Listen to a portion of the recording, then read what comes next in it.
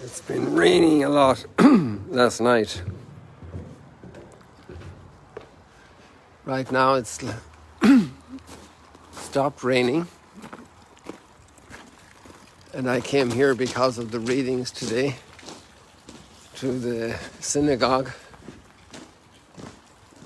the first of Magdala's two synagogues. I just want to get around quickly to the other side to see if there's any break in the cloud, if there's any sign of sun.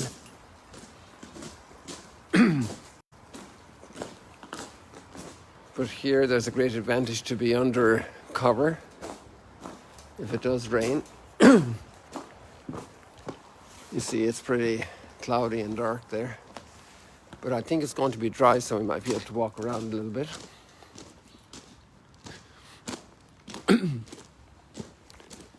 I just want to catch if there's any glimpse there, but there's very thick clouds, so I think we won't have much sun this morning. So you'll have to be the sunrise in your family today.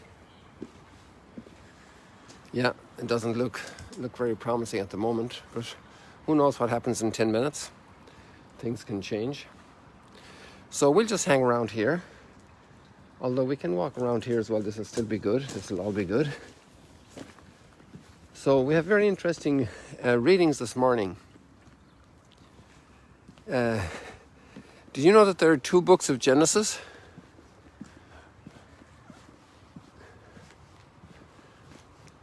Well, actually, the first reading is from the book of Genesis, chapter 49.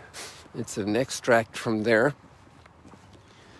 And it's very interesting that these lines echo in the gospel reading, but the gospel starts off at the very beginning, the first 17 lines of the Gospel of Matthew, and the gospel begins with the genealogy of Jesus. Okay, so the genealogy is really the book of Logos, the book of the Genesis of Jesus. The book of the Genesis of Jesus. Isn't that interesting? So I'm just playing a little bit with the words and saying then we have 2 books of Genesis. But actually that's not far off the mark in regard to Matthew's gospel, because his whole gospel is very much a gospel of fulfillment of the expectation since the beginning. And this expectation is already outlined in the first reading, which is also fascinating, because the first reading is Jacob, who is speaking to his sons. We're getting towards the end of the book of Genesis, and Jacob is more or less giving an oracle, a word about the future of the tribes of his sons. Just over there, we're at the Sea of Galilee, just in case we get distracted later and don't get down there. What happened here? Something happened here. Something turned all around. Are you guys turned around, or are you straight up? Because the camera is giving me all the writing, the screen is gone sideways for me, but the phone didn't flip. So I don't know what happened. How are you seeing? Are you seeing horizontal or are you seeing vertical right now? Something very strange. I just touched the screen somehow and it jumped. All the visual on my screen is horizontal, so I would have to turn the phone vertical to get a normal view. What are you seeing? The picture is fine. So this is very funny. I'm looking at a screen like it's turned over on the side. Picture is correct. That's very funny. And all you're writing is also, all the comments coming in that you're sending me are all, they're all turned over on the side. You're in landscape mode, that's the idea. Wow, so how does it show this in my picture? This is a strange phenomenon. Maybe the camera didn't like me talking about 2 books of Genesis. Well, we'll stay here, and I'll just have to believe that you're seeing the right thing. That's amazing. It's horizontal. That's good.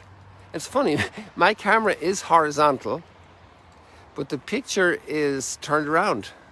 I wonder how that happened. This is absolutely crazy. Well, anyway, let's work with it.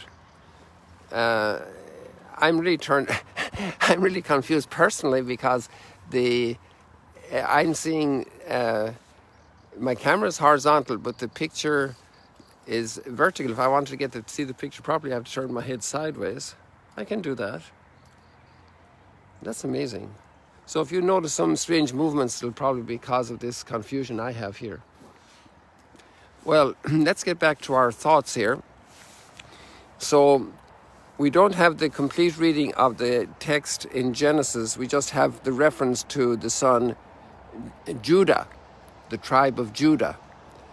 And the reason for that is that the reference in Matthew's Gospel is going to be about Jesus, the son of David. And David was of the house of Judah. And the scepter in the Genesis text says it would never leave between his legs, which means he had the royal power. And the whole idea of Matthew's Gospel entirely is Jesus, son of David, the promised son of David, this promise of Genesis. So we have a huge tie-in here from the book of Genesis and one of its culminating, let's say, futuristic takes. We have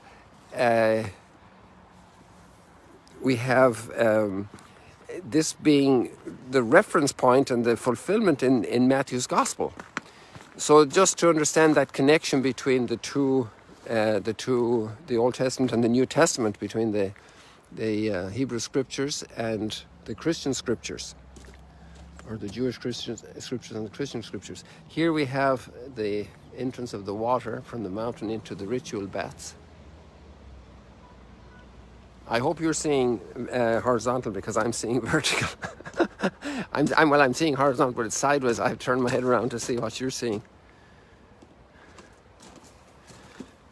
I wonder if the screen is very focused, zoomed in or not. Yeah, it's... How's the screen? Okay. Okay, and so here we have this other ritual bath.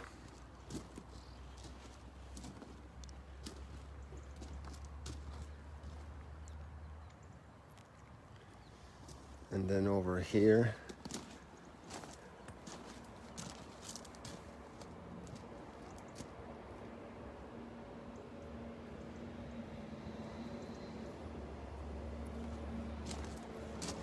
it's actually very pleasant right now. It's mild and it's dry, so we can continue walking around.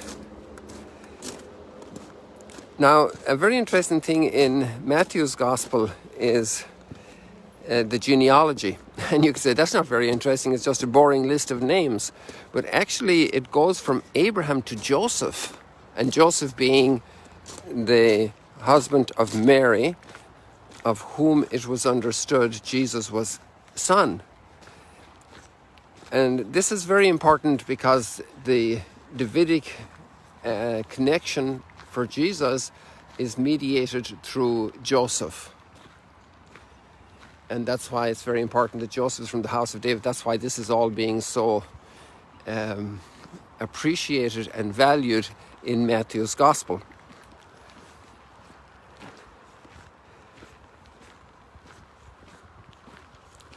So interestingly, he has 3 sets of 14 generations.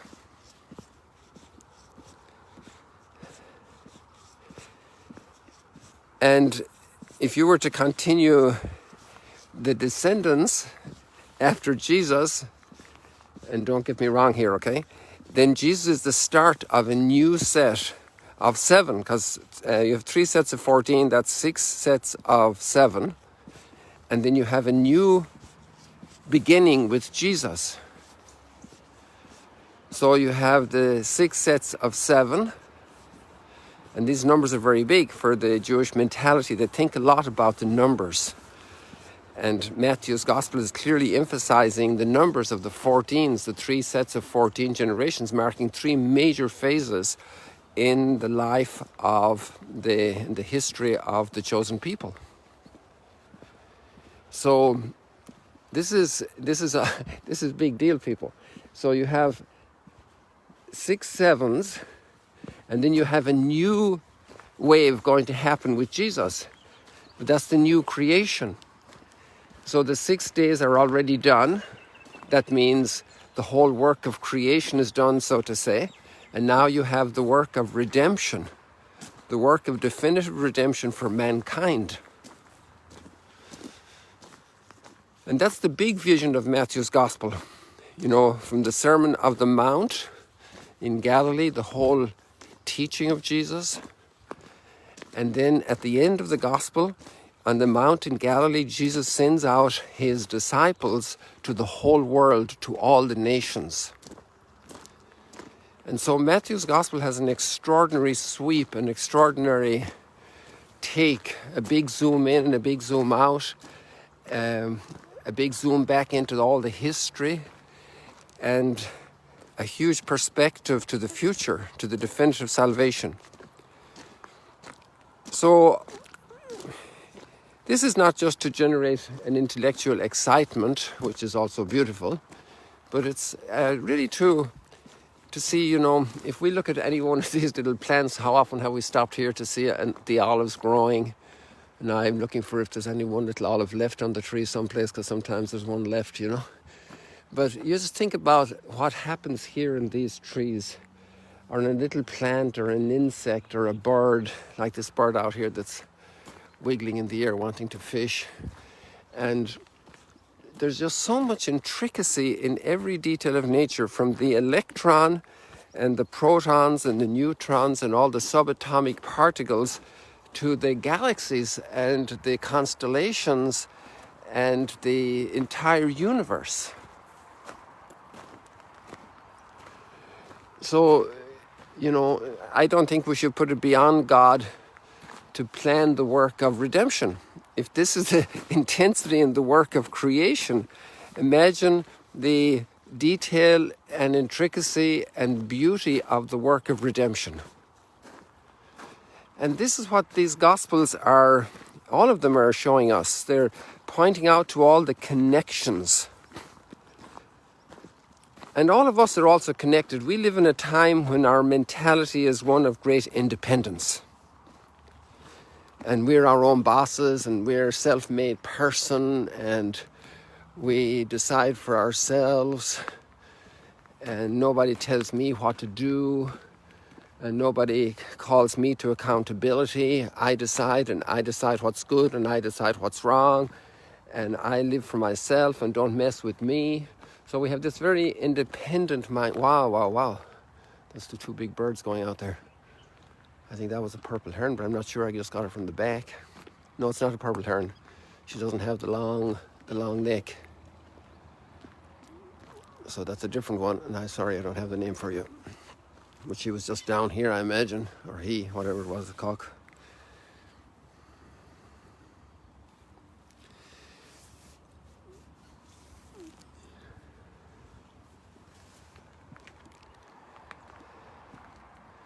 It's just beautiful here this morning, very different.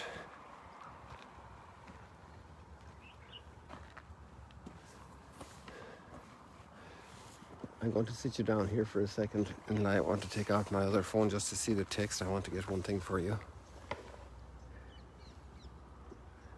So I hope you're still horizontal screen, because I have the vertical screen.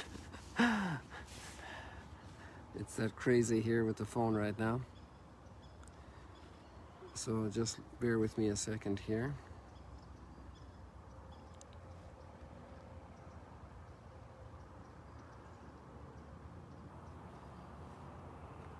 Great.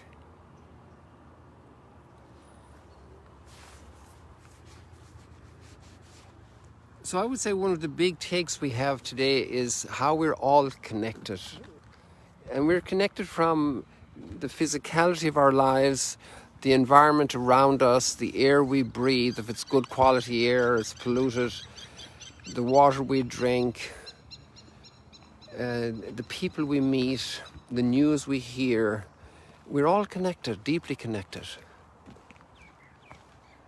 And our connections go way back because our parents influenced us, our grandparents influenced us, and especially influenced our parents. and all generations, and the political circumstances of all of that origin. And we can see that also in the scriptures. And there's a fulfillment happening in our lives also.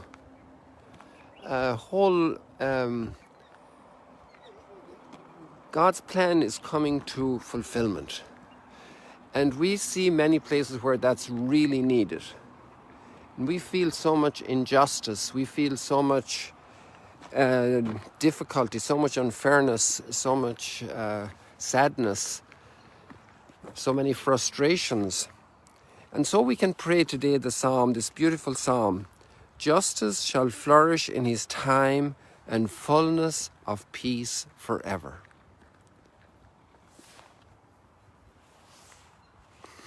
And that could be a big prayer for us today in the world as we look around us, and we hope that this Advent time will bring that, not just the nice parties and pre-Christmas parties and all the rest of it, but will bring progress in justice within our own families, within a marriage, with children, between siblings, with neighbours. Justice will flourish in his time, and we can be part of that. We're involved, we're connected, we have a role. We can bring a smile to a child that has a tear in their eye, and to an adult who's lonely, an elderly person who feels no longer of value or needed, just a burden. Justice shall flourish in his time, that every image and likeness of the Almighty will be treasured and cared for, embraced, and will experience that justice is flourishing in their time, and fullness of peace forever. People, thank you for joining this morning. Great to have you. Another special morning in Galilee. We know the sun has risen, but it's in hiding, so you have to be the visible sun today. God bless you. See you later, alligators. Now I'm looking at myself sideways. Can you believe it? Come on. Come in the picture there, guy. I'm looking at myself sideways, but you can hopefully see me vertical there. God bless you. See you later.